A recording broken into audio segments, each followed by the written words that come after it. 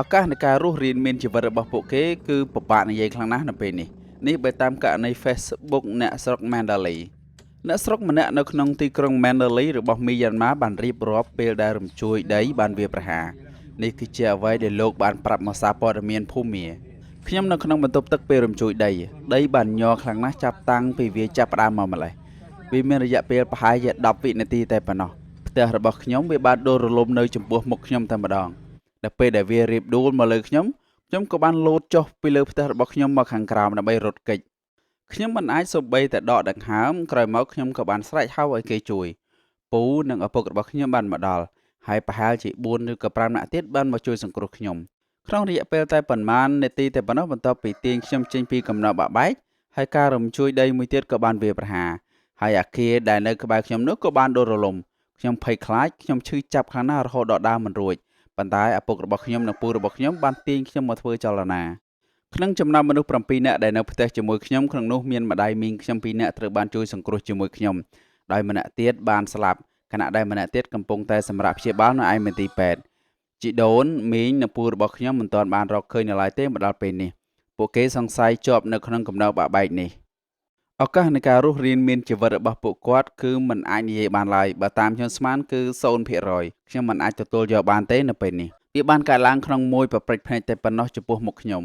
មកដល់ពេលនេះមេដឹកនាំយោធាមីយ៉ាន់ម៉ាបានអំពាវនាវដល់កម្រសម្រាប់ជំនួយអន្តរជាតិមកកាន់ប្រទេសមីយ៉ាន់ម៉ាប្រមុខរបបយោធាមីយ៉ាន់ម៉ាគឺលោកមីអ៊ំលៀងបានធ្វើការអំពាវនាវដល់កម្រសម្រាប់ជំនួយសកលគាត់បាននិយាយនៅក្នុងសេចក្តីថ្លែងការណ៍មួយនៅតាមទូរទស្សន៍ថាខ្ញុំចង់ឃើញប្រទេសណាមួយឬក៏អង្គការណាមួយឬក៏នរណាម្នាក់មកជួយនៅក្នុងប្រទេសមីយ៉ាន់ម៉ាហើយគាត់ក៏បានបន្ថែមនៅក្នុងទូរទស្សន៍ដោយបន្ថែមថាគាត់បើកគ្រប់មធ្យោបាយសម្រាប់ជំនួយបរទេសហើយក្នុងនោះក៏មានសហរដ្ឋអាមេរិកសហភាពអឺរ៉ុបនិងអាស៊ានបានគាំទ្រចំណុចនេះហើយចិនក៏មានការគាំទ្រចំណុចនេះដែរឧត្តមសេនីយកងទ័ពបានដណ្ដើមអំណាចក្នុងរដ្ឋប្រហារក្នុងឆ្នាំ2021ដោយទម្លាក់ប្រទេសរបស់គាត់ឲ្យនៅក្នុងសង្គ្រាមស៊ីវិលដោយមានយោធានៅម្ខាងនិងកងទ័ពភាគតិចនៅម្ខាងនិងក្រុមតស៊ូប្រដាប់អាវុធនៅម្ខាងទៀត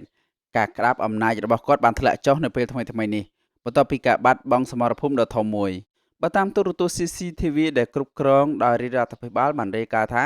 ក្រុមអ្នកឆ្លើយតបនិងជួយសង្គ្រោះមហន្តរាយរបស់ចិនចំនួន37នាក់បានទៅដល់ប្រទេសមីយ៉ាន់ម៉ាហើយនៅពេលនេះដើម្បីធ្វើការជួយសង្គ្រោះក្រុមជួយសង្គ្រោះមកពីខេត្តយូណានត្រូវបានបំពាក់សម្ភារៈជួយសង្គ្រោះចំនួន120ឈុតពួកគេកំពុងតែដឹកជញ្ជូនប្រព័ន្ធប្រមានគ្រោះរំជួយដី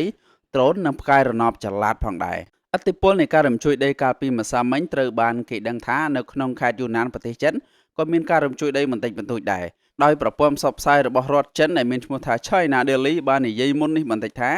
មានមនុស្ស2នាក់បានរងរបួសក្នុងការរំជួយដីនេះ We verified the location of this high rise which was under construction in the northeast of the capital. This is footage from up close as it falls to the ground and construction workers run for cover. While the full អ្នកទាំងគ្នាដែលបានទស្សនាវីដេអូនេះកុំភ្លេចទៅជួយ Subscribe ខ្ញុំម្នាក់មួយផងអរគុណច្រើន